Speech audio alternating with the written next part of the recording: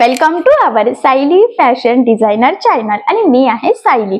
तर तुम्हा सर्वांचं आपल्या आजच्या नवीन अशा छानशा व्हिडिओमध्ये मी मनापासून स्वागत करते। तर कसे आहात तुम्ही? नक्की मस्त आणि मजेत असणार आहे। आणि आज मी तुमच्या सोबत खूप सुंदर अशी लेटेस्ट ट्रेंडिंग ब्लाउजची डिझाइन शेअर करणार आहे। बरेच आपल्याला त्याच ब्लाउज डिझाइन बघून कंटाळा येतो। वेगळी युनिक साडीला ब्लाउजला खूप सुंदर अशी लुक येणारी ब्लाउज डिझाइन बनवायची असते, पण ती आपल्याला जमेल का? हे बरेचसे प्रश्न पडलेले असतात। सो मी तुम्हाला आजच्या ब्लाउज डिझाइनची कटिंग आणि स्टिचिंग दोन्ही पण अतिशय सावकाश स्टेप बाय स्टेप आणि खूप काही महत्त्वाच्या टिप्स अँड ट्रिक्स सहित सांगणार आहे, जेणेकरून तुम्हाला आपला आजचा हा व्हिडिओ बघून अशी कटिंग स्टिचिंग सहज करता येईल। एवढंच नाही तर नक्कीच या ब्लाउज डिझाइनमुळे तुमच्या साडीला आणि ब्लाउजला खूप सुंदर असं लुक येईल। आणि सगळ्यात महत्त्वाचं म्हणजे याची पद्धत इतकी सोपी आहे की बाय चान्स जरी तुम्ही कोणी नवीन शिकत असाल तरी सुद्धा तुम्हाला आपला आजचा हा व्हिडिओ बघून अशी छानशी लेटेस्ट ट्रेंडी ब्लाउज डिझाइन सहजच बनवता येईल। ठीक आहे, सो चला मग आता वेळ न घालवता आपण आपल्या आजच्या छानशा व्हिडिओला सुरुवात करूयात। आणि हा व्हिडिओ तुम्ही स्किप न करता पूर्ण नक्की बघा, जेणेकरून हा व्हिडिओ बघून तुम्हाला अशी छानशी लेटेस्ट ट्रेंडिंग अशी ब्लाउज डिझाइन सहजच बनवता येईल। ठीक आहे, तर हे बघा, इथे तुम्ही बघू शकतात की हा आहे ब्लाउज पीस आणि हा ना बांधणीच्या साडीवरचा ब्लाउज पीस आहे। कॉटनची साडी आहे आणि त्यावरचाच। आणि सगळ्यात महत्त्वाचं म्हणजे आता इथे मी अस्तर आणि मेन फॅब्रिक असं दोन्हीचा बॅक पार्ट इथे कटिंग करून घेतलेला आहे। आणि जी काही बॉर्डर दिसते छोटीशी तर ती कमरेच्या साईडला घेतलेली आहे आणि जी मोठी आहे तर ती आपल्याला स्लीव्स साठी वापरायची आहे। तर बघा, मग सगळ्यात आधी आता मी तुम्हाला या बॅक पार्टचं मेजरमेंट कसं आहे ते सांगते, म्हणजे तुम्हाला तुमच्या मापानुसार या डिझाईनसाठी कशा पद्धतीने कटिंग मार्किंग स्टिचिंग करावी तर हे सहजच लक्षात येईल। आणि ही जी काही डिझाइन आहे तर ही आपण बोटनेक मध्ये बनवणार आहोत। लेटेस्ट ट्रेंडी थोडीशी फॅन्सी पार्टीवेअर म्हटलं तरी सुद्धा चालेल। तर बघा, मग हा जो काही ब्लाउज आहे तर त्या ब्लाउजची जी काही उंची आहे तर ती आहे 12.5, 1 इंच मार्जिन असं टोटल आपण इथे 13.5 इंचाला मार्किंग करून घेतली। त्यानंतर पूर्ण शोल्डरचं निम्म 6.5 इंच आपण पूर्ण शोल्डर टाकलेला आहे आणि 3.5 इंच आपण गळारुंदी घेतलेली आहे। जेवढं शोल्डर घेतलेलं आहे तेवढंच इथे मुंडा घ्यायचा असतो, तर 6.5चा मुंडा घेतला। 1ला मार्किंग करू, बॅक साईडच्या मुंड्याचा शेप सुद्धा दिलेला आहे। इथून घ्यायचा आहे छातीचा चौथा भाग अधिक 1.5 इंच किंवा 2 इंच मार्जिन, तुम्हाला जेवढं घ्यायचं आहे तेवढं। ठीक आहे, तर अशा पद्धतीने आपण हा बॅक पार्ट इथे कटिंग करून घेतलेला आहे। आता बॅक पार्टची जी काही मार्किंग आहे तर ती सगळ्यात आधी आता आपण म्हणजे गळ्याची मार्किंग तर ती आपण बॅक पार्टवर म्हणजेच अस्तरच्या बॅक पार्टवर करणार आहोत। बघा, इथून 3 इंचाला मी आधी एक मार्किंग करते आणि गळा रुंदी तर मी तुम्हाला सांगितलंच आहे की आपल्याला 3.5 इंच घ्यायची आहे, तर मग पुन्हा आडवं आपण 3.5 इंचाला मार्किंग इथे करून घेऊयात। पण कंटिन्यू मी इथे खाली 10ला सुद्धा मार्किंग केलेली आहे, कारण की बोटनेक मध्ये खाली एक शेप असतो आणि वरती गोलाकार शेप असतो। ऍक्च्युली तुम्ही पानगळा पण वरती घेऊ शकतात, काही प्रॉब्लेम नाही, पण बेसिकली आपण वरच्या साईडला गोलगळा हा घेत असतो। आणि त्यानंतर बघा, पट्टीच्या सहाय्याने आपल्याला इथे बॉक्स ड्रॉ करून घ्यायचा आहे। आता वरती गोलाकार गळ्याचा आकार दिलेला आहे आणि त्यानंतर खाली सुद्धा आता आपल्याला एक शेप ड्रॉ करायचा आहे। बघा, तर इथून ह्या पद्धतीने मी तो शेप इथे ड्रॉ केलेला आहे। तर हा जो काही आकार आहे ना याचा सुद्धा खूप ट्रेंड चालू आहे। हा आकार वापरून सुद्धा खूप सुंदर डिझाइन होते, तर आज आपण ती बनवणार आहोत। तर बघा, आता जी मार्किंग केलेली आहे एक्झॅक्टली त्यावरच आपल्याला इथे कटिंग करून घ्यायची आहे। हा गळा आपण कॅनव्हास पेपर न वापरता बनवणार आहोत। तुम्हाला जर का कॅनव्हास पेपर लावून बनवायचा असेल तरी तो सुद्धा तुम्ही बनवू शकतात, पण बघा आता कॅनव्हास पेपर न लावता सुद्धा आपण खूप प्रॉपर फिनिशिंग सहित हा बॅक पार्ट इथे बनवणार आहोत आणि खूप महत्त्वाच्या टिप्स सांगणार आहे फिनिशिंग साठी। सो आपला हा व्हिडिओ शेवटपर्यंत नक्की बघा, म्हणजे तुम्हाला सुद्धा कॅनव्हास पेपर न लावता प्रॉपर फिनिशिंग सहित छान असा डिझायनर गळा सहजच बनवता येईल। तर बघा, मग आता सगळ्यात आधी काय करायचं आहे, आपल्याला अस्तर आणि मेन फॅब्रिक इथे जोडून घ्यायचं। त्यासाठी ब्लाउजचा बॅक पार्ट सरळ ठेवायचा आहे आणि कटिंग केलेला आपला अस्तरचा जो काही पार्ट आहे तर तो ह्या पद्धतीने त्यावर ठेवून घ्यायचा। सेंटरला एक पिन लावायची आहे आणि दोन्ही साईडच्या शोल्डरला सुद्धा एक एक पिन लावायची, जेणेकरून आपली गळारुंदी जास्त स्प्रेड होणार नाही। असं पण वरचा गळा आणि खालच्या शेपमध्ये आपण थोडं जॉईंट ठेवलेला आहे, त्याचं हेच कारण आहे की आपली गळारुंदी जास्त स्प्रेड व्हायला नको यासाठी। आणि बघा, गळ्याच्या साईडला साधारणतः 1/2 इंच एवढं मार्जिन ठेवत आपल्याला इथे संपूर्ण गळ्याला टीप मारून घ्यायची आहे। जर कॅनव्हास पेपर लावायचा असेल तर त्याची मेथड वेगळी असते, म्हणजे त्याची पद्धत, तर याचे व्हिडिओ मी आधी ऑलरेडी टाकलेला आहे। आणि बघा, सगळ्यात महत्त्वाचं म्हणजे टीप मारताना एकसारखं मार्जिन राहील, मार्जिन कमी जास्त होणार नाही याची सुद्धा आपल्याला इथे काळजी घ्यायची आहे। आणि ह्या पद्धतीने बघा, व्यवस्थित प्रॉपर फिनिशिंग सहित आपण इथे गळ्याला एक टीप मारून घेतलेली आहे। ठीक आहे. आता यानंतर काय करायचं बघा, गळ्याला टीप मारून झाल्यानंतर आपण लगेचच कमरेच्या साईडला सुद्धा एक टीप मारून घेणार आहोत. तर कमरेच्या साईडला टीप मारताना साधारणतः आपल्याला अर्धा इंच एवढं मार्जिन ठेवायचं आहे. आता ह्या स्टेपमुळे काय होतं की गळा आणि कमरेचा पार्ट दोन्ही आपल्या सोबतच इथे फिनिशिंगचं इथे रेडी होतं आणि कमरपट्टी लावण्याची इथे आपल्याला गरज सुद्धा पडत नाही आणि फिनिशिंग सुद्धा खूप सुंदर येते. त्यानंतर बघा जे काही एक्स्ट्रा आहे म्हणजे गळ्याच्या मध्ये ब्लाउज पीसचा एक्स्ट्राचा कपडा तर तो इथे कटिंग करायचा आहे आणि कमरेच्या साईडला जरी एक्स्ट्रा असेल तर तो सुद्धा कटिंग करून घ्यायचा आहे. आता हे कट झाल्यानंतर गळ्याला द्यायचे आहे छोटे छोटे कट्स. पण कट्स मारताना काळजी घ्यायची आहे. बऱ्याचदा काय होतं की गडबडीमध्ये ब्लाउजला कट जातो आणि सगळं बिघडतं आपलं. सो तसं होऊ नये त्यासाठी अतिशय काळजीपूर्वक कट्स मारायचे आहे.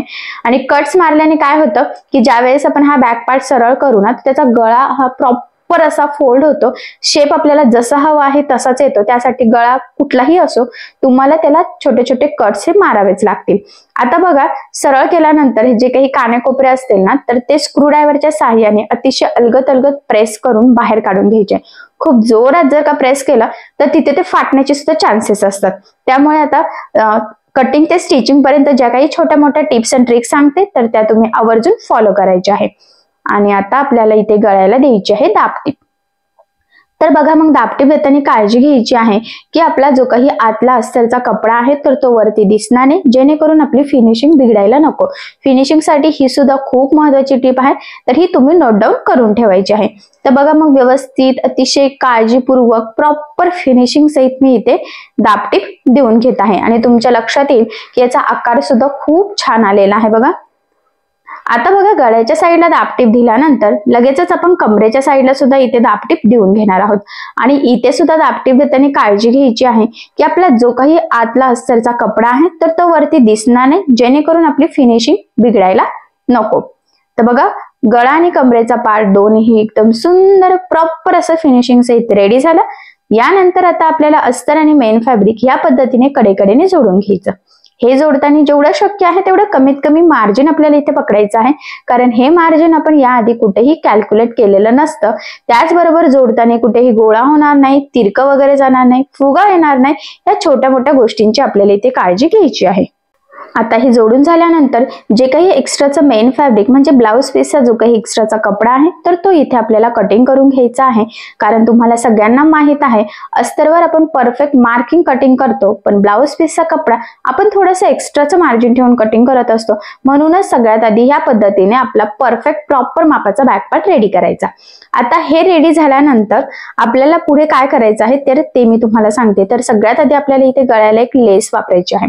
तर तुम्ही तुमच्या चॉईस नुसार कुठलीही लेस इथे यूज करू शकतात. पण इथे मी सिल्वर कलरचं कॉम्बिनेशन वापरणार आहे. तुम्ही गोल्डनही वापरू शकतात. पण बघा हे ना जो काही ब्लाउज पीस साडी आहे ना तर हा बांधणी पॅटर्नचा आहे. मध्ये व्हाईट मध्ये बांधणीचं वर्क आहे म्हणजे जे काही बुट्ट्या किंवा प्रिंट म्हणता येईल. तर मला असं वाटतं की सिल्वर जरा छान दिसेल त्यामुळे मग मी ते सिल्वर घेतले. तुम्ही गोल्डन सुद्धा घेऊ शकतात. ऍक्च्युली आता तुमच्या ब्लाउजवर डिपेंड आहे की तुमचा ब्लाउज कसा आहे त्यावर. आणि मग अतिशय काळजीपूर्वक आपल्याला इथे ही लेस लावायची आहे. इथे कानेकोपरे जिथे बाहेर निघले ना तर तिथे व्यवस्थित लेस एकावर एक अशी तिरकी फोल्ड करून टीप टाकायची आहे. कारण बऱ्याचदा काय होतं की असा गळ्याचा आकार खूप प्रॉपर छान फिनिशिंग सहित रेडी होतो पण आपण म्हणजे लेस कशी लावावी हे आपल्याला समजत नाही आणि त्यामुळे सगळ्यात महत्वाचं म्हणजे आपलं सगळं गळ्याचा आकारच चेंज होतो, सगळं लुक बिघडतं, फिनिशिंग बिघडते. सो त्यामुळे अतिशय काळजीपूर्वक सावकाश थोडं थोडं पकडत आपल्याला इथे ही लेस लावून घ्यायची आहे. अजिबात गडबड करायची नाहीये. कारण मी नेहमीच सांगत असते की नुसती ब्लाउज शिवणं किंवा ते प्रॉपर डिझाईन बनवणं एवढंच महत्वाचं नसतं तर ते प्रॉपर फिनिशिंग सहित रेडी होणं सुद्धा तितकंच गरजेचं असतं. आणि फिनिशिंग छान येण्यासाठी काही महत्वाच्या टिप्स असतात तर त्या आपल्याला फॉलो कराव्या लागतात. आणि मी प्रत्येक माझ्या व्हिडिओमध्ये तुम्हाला महत्वाच्या टिप्स अँड ट्रिक्स म्हणजे सांगतच असते जेणेकरून तुम्हाला तुमचं काम प्रॉपर करणं सोपं जावं यासाठी. तर बघा मग या पद्धतीने व्यवस्थित मी सुद्धा अतिशय सावकाश इथे ही लेस लावून घेतलेली आहे. आणि ही लेस थोडी छान फॅन्सी डिझायनर आहे आणि ह्या लेसमुळे खरं तर आपल्या ब्लाउजला खूप सुंदर असं लुक येणार आहे. सो तुम्ही सुद्धा छान अशी फॅन्सी डिझायनर लेस नक्कीच यूज करू शकतात जेणेकरून तुमच्या ब्लाउजला सुद्धा खूप छान असं लुक येईल. तर बघा मी इथे डबल टिप देऊन घेतलेली आहे कारण ज्यावेळेस तुम्ही लेस लावतात तर नेहमी शक्य असल्यास डबल टिप द्यायची. त्याचे 2-3 फायदे आहेत. सगळ्यात महत्वाचं म्हणजे फिनिशिंग खूप छान येते. लेस पॅक सुद्धा लागली जाते आणि लेस वरती तरंगत सुद्धा नाही. ठीक आहे. आता लेस लावून झाल्यानंतर इथे आपल्याला बॅक साईडला टक्स टाकून घ्यायचे आहे. तर मी इथे धागा चेंज करते, कारण मी नेहमी सांगत असते लेस लावताना मॅचिंग धागा यूज करायचा. सो त्यामुळे मग मी इथे सिल्वर म्हणजे ऍक्च्युली व्हाईट कलरचा धागा यूज केलेला आहे आणि ब्लाउजला ग्रीन लागतोय, तर मी ग्रीन इथे ओवून घेते. आणि आता सगळ्यात आधी आपण टक्सची मार्किंग करूयात. तर बघा सेंटर पासून 4.5 ला मार्किंग करायची आहे, अर्धा इंच साईडला आणि उभं 4 इंचाची. इकडे पण सेम तसंच. ठीक आहे. आता जी मार्किंग केलेली आहे एक्झॅक्टली त्यावरच आपल्याला टक्स टाकायचा आहे. तर टक्स या पद्धतीने तिरका टाकायचा असतो, त्याला नेहमी डबल टिप सुद्धा द्यायची असते आणि स्टार्टिंगला डबल टिप देऊन व्यवस्थित लॉक करायचा, जेणेकरून टक्सची शिलाई लवकर निघणार नाही आणि ते व्यवस्थित पॅक सुद्धा राहावं यासाठी. तर टक्स टाकताना हा पॉइंट सुद्धा खूप महत्वाचा आहे, तर हा सुद्धा तुम्ही नोट डाऊन करून ठेवायचा आहे. ठीक आहे. तर बघा मग अशा पद्धतीने दोन्ही साईडला प्रॉपर फिनिशिंग सहित आपण टक्स टाकून घेतलेले आहे. आता यानंतर आपली पुढची स्टेप आहे ती म्हणजे आपल्याला इथे छोटे छोटे त्रिकोण लावायचे आहेत. तर ते कुठे लावायचे, कसे लावायचे हे तुम्हाला पुढे समजेलच, पण त्यासाठी छोटे छोटे चौकोन आपल्याला कट करून घ्यायचे आहे इथे. तर बघा मी ब्लाउज पीसचा थोडासा कडेचा जो काही कपडा आहे तर तो सुद्धा घेतलेला आहे. आपल्याला चौकोन बनवण्यासाठी लागणार आहे, म्हणजे चौकोन छोटे छोटे बनवणार आणि त्यापासून आपण इथे त्रिकोण बनवणार आहोत. तर बघा हे जे काही चौकोन आहेत तर हे तुम्ही 1.5 बाय 1.5 म्हणजे रुंदी आणि लांबी रुंदी 1.5 घेऊ शकतात, 2 सुद्धा घेऊ शकतात. तुम्हाला किती छोटे मोठे त्रिकोण हवे आहेत तर त्यावर ते डिपेंड आहे. तर मी जरा 1.5 बाय 1.5च घेतलं. तसं तर मी इथे अंदाजेच कट केलेला आहे, तुम्ही सुद्धा असं अंदाजे थोडंसं कट करू शकतात. आणि कट केल्यानंतर मग त्रिकोण कसे प्रॉपर फिनिशिंग सहित बनवायचे तर हे तुमच्या पुढे नक्कीच लक्षात येईल. तर बघा इथे चौकोन रेडी केले. आता आपल्याला हे जे काही चौकोन आहेत ना तर ते बघा या पद्धतीने फोल्ड करायचे आहे आणि मग टीप देऊन छोटे छोटे त्रिकोण त्यापासून बनवून घ्यायचे आहे.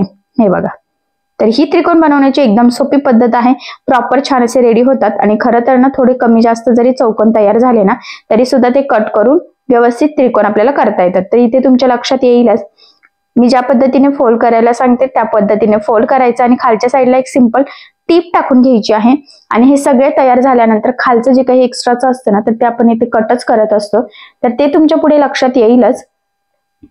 आणि इथे ना ऍक्च्युली तुम्ही कॉन्ट्रास्ट कपडा सुद्धा यूज करू शकले असते, पण इथं साडी आणि ब्लाउज पीस सेमच आहे, सो त्यामुळे इथे कॉन्ट्रास्ट यूज करायला असं काहीच नव्हतं. त्यामुळे मग खरं तर इथे मी सेमच त्रिकोण घेतलेले आहे. पण जर तुमच्याकडे कॉन्ट्रास्ट कपडा असेल, साडीवर काहीतरी कॉन्ट्रास्ट कलरचं वर्क असेल तर तुम्ही थोडासा छोटासा कपडा यूज करू शकतात, म्हणजे सुंदर कलर कॉम्बिनेशन असले की डिझाईन अजून उठून दिसते, अजून सुंदर असं त्याला लुक सुद्धा येतं. सो तुम्ही तसं सुद्धा नक्की ट्राय करू शकता. तर बघा मग मी ते हे एक्स्ट्राचं कट केलं आणि एकदम छान प्रॉपर फिनिशिंगचे छोटे छोटे त्रिकोण आपले रेडी झालेले आहे. आता हे जे काही त्रिकोण आहेत तर हे आपल्याला लावायचे आहे कमरेच्या साईडला. हे बघा, म्हणजे खाली लावायचे आहे. छान मी म्हंटल ना की छान फॅन्सी आपल्याला इथे डिझायनर ब्लाउज बनवायचा आहे. तर बघा मग इथून मी त्रिकोण लावायला सुरुवात करते. तर मोजूनच लावायची शक्यतो सेंटर पासून, म्हणजे मग ते डिझाईन छान होते. नाहीतर काय होतं की एका साईडला जास्त, एका साईडला कमी, एका साईडला छोटे मोठे, तर असं काहीही होऊ देऊ नका. तर हा सुद्धा पॉइंट खूप इम्पॉर्टंट आहे. तर बघा मग मी ह्या पद्धतीने व्यवस्थित थोडं थोडं पकडत पकडत इथे टीप टाकून हे त्रिकोण जॉईन करून घेत आहे.